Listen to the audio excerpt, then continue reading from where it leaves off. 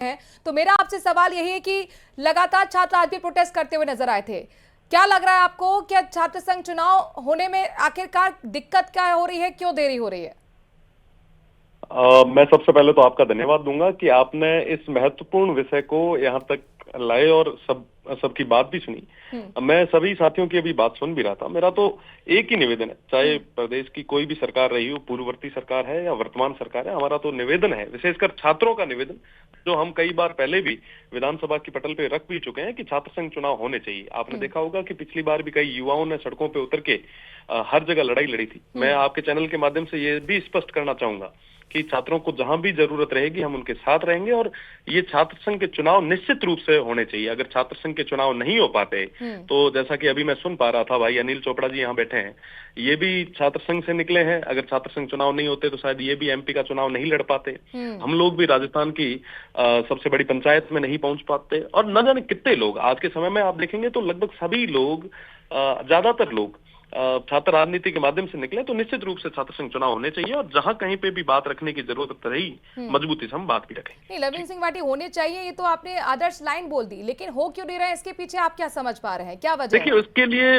एक मजबूत इच्छा शक्ति चाहिए। मैं तो प्रदेश की सरकार को कहूंगा कि आप करवाएं, छात्रों के हित में फैसला लें।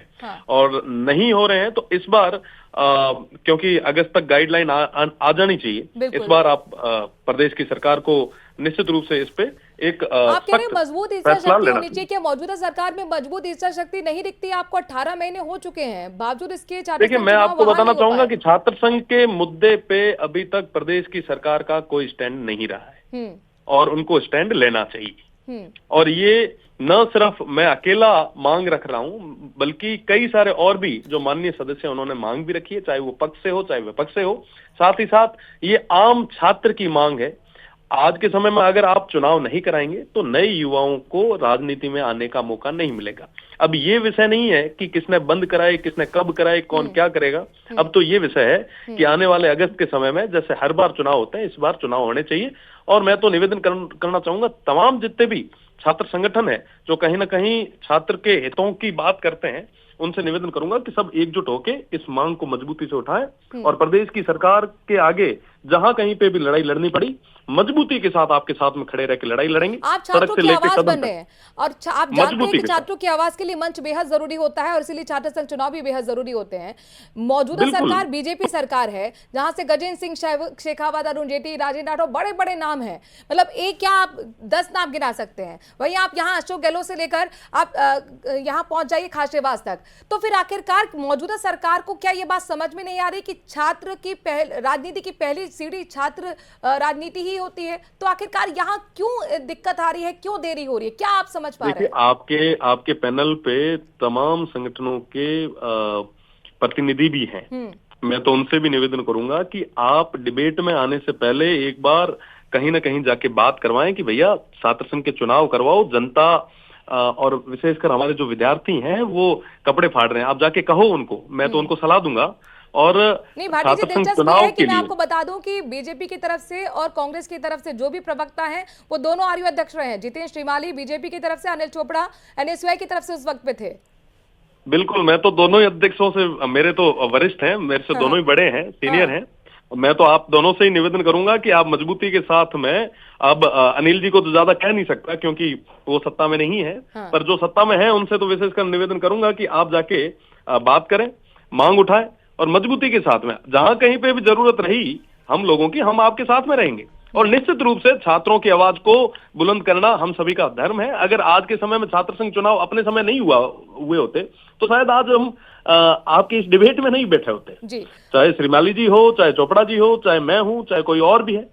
तो निश्चित रूप से चुनाव होने चाहिए, हम छात्रों के साथ में हैं तो और सरकार को करवाने चाहिए। भी किया है रविंद्र सिंह भाटी, और वो कह रहे हैं कि गांधीगिरी से काम नहीं चलेगा तो बड़ा आंदोलन करेंगे। क्या उनके समर्थन में बिल्कुल करना चाहिए, धरने पर बैठेंगे? देखिए, क्या मैसेज देना चाहते हैं?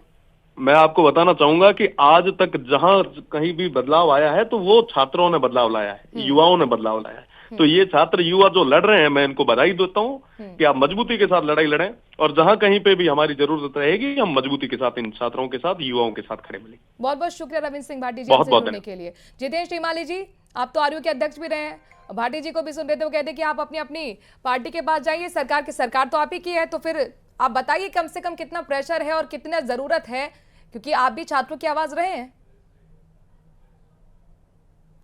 देखिए, बिल्कुल सही कहा आपने, और रविंद्र जी ने भी सही कहा है कि छात्र संघ चुनाव होने चाहिए। मैं आपको फिर कह रहा हूं कि इसमें किसी प्रकार का कोई संदेह नहीं है, कोई किसी प्रकार का कोई विवाद नहीं है कि छात्र संघ चुनाव नहीं हो। छात्र संघ चुनाव निश्चित तौर के ऊपर होनी चाहिए और वो निष्पक्ष होनी चाहिए और वो रोक लगने का कोई कारण नहीं बनना चाहिए। मैं आपको पहले बता दूं कि जिस प्रकार की व्यवस्था, मैं आपको बहुत विनम्रता से, और अनिल जी भी समझते हैं इस बात को और इस बात को मानेंगे मेरे ख्याल से, कि पिछले 5 वर्षों के अंदर शिक्षा जगत के अंदर आपने देखा कि कैलेंडर की स्थिति ठीक नहीं थी। शिक्षा जगत का जो कैलेंडर था, चाहे वो हो, चाहे पेपर लीक के मामले हो, इस प्रकार के अनेक प्रकार की ऐसी विसंगतियां पैदा हो गई, वो व्यवस्थित हो जाए निश्चित तौर के ऊपर।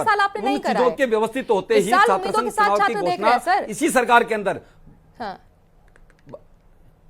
हाँ, इसी सरकार के अंदर, भारतीय जनता पार्टी की सरकार के अंदर ही, और पहले भी ऐसा हुआ है कि जब जब रोक लगी है, जब भाजपा और चाहे एबीवीपी दोनों ही मांग कर रहे हैं। आप बता दिए इस शैक्षणिक सत्र हम करेंगे, इस नहीं अगले सत्र में करेंगे, आप बता दीजिए, शांत हो जाएंगे कम से कम प्रोटेस्ट। जवाब तो आपको ही देना होगा ना सर, जवाबदेही आपकी है। सरकार में आप हैं। इस बारे में सरकार, जब आप विपक्ष में थे, इस बारे में तब सरकार आप कहते थे कि विधानसभा चुनाव से पहले छात्र संघ चुनाव हो जाने चाहिए। गलत यहाँ पर रोक लग गई है। सरकार को जैसे ही लगेगा, निश्चित तौर के ऊपर मैं इतना कह सकता हूं कि इसी सरकार के अंदर छात्र संघ चुनाव होंगे। अब कब होंगे यह सरकार का निर्णय है। सरकार अपने स्तर के ऊपर इसके परीक्षण करके और इसकी घोषणा करेगी। मिथिलेश जी, आपने सभी पक्षों को सुन लिया, क्या आपको लग रहा है कि इस बार मुमकिन दिख रहा है? देखिए, सबसे पहले तो बीजेपी को ये करना चाहिए कि या तो वो अपनी मैडम वसुंधरा राजे जी को फॉलो कर ले। उन्होंने 2 यूनिवर्सिटियां बंद करी थी, डॉक्टर हरदेव जोशी पत्रकारिता विश्वविद्यालय, doctor Ambedkar university, law university. हालत यह कि डॉक्टर लॉ यूनिवर्सिटी, जो अंबेडकर लॉ यूनिवर्सिटी है, उसमें वीसी नहीं है, राजस्थान यूनिवर्सिटी को वीसी दे रखा। हालात वहां नाजुक है, संविदा के लोग काम कर रहे हैं और वो भ्रष्टाचार का अड्डा बना हुआ है। तो इन पे तो रोक लगाओ। और जो एनईपी तो लागू हो चुकी, 18 महीने सरकार को हो गए। अब ठीक है, अशोक गहलोत जी तो जो कर गए, राजस्थान का बेड़ा गर्क, लेकिन आपका तो कुछ जिम्मेदारी बनती है। और आपको याद होगा किस तरीके से राजस्थान, जयपुर में हनुमान बेनीवाल ने बड़ी रैली की थी, लेकिन वो खुद भी उसको मुद्दे को भुना नहीं पाए, छात्र जुड़ नहीं पाए। आज छात्रों को याद आ रहा है। तो इंपॉर्टेंट चीज ये है कि बीजेपी जो छात्र हक हकूक की बात करती है, बीजेपी को जनता ने इसीलिए वोट दिया था कि उन्होंने 17 पेपर लीक किए। इसीलिए तो आपको लेके आए थे, उन्होंने भ्रष्ट कुलपति बनाए। यहाँ तो लड़ाई इस बात की, इसीलिए तो लेके आए थे। वो कह रहा आप माफी मांगे, ये माफी तो छोड़िए, आप माफी को छोड़िए। अब राजस्थान का नौजवान कैसे अपनी बात सिंडिकेट में रखेगा? बिल्कुल, बहुत बड़ा सवाल है। कुल मिलाकर सवाल ये भी है कि छात्र विरोधी सरकार का यहाँ पर तबका भी लगने वाला है, क्योंकि युवा बेहद ही, छात्र बेहद ही गुस्से में है और ऐसे में देखना होगा कि सरकार का इस मसले पर क्या कुछ जवाब आता है। बहुत बहुत शुक्रिया इस चर्चा में तमाम मेहमानों का शामिल होने के लिए। वक्त थोड़े से ब्रेक का है, लेकिन खबरों का सिलसिला जारी है प्रदेश के number 1 news channel news 18 Rajasthan.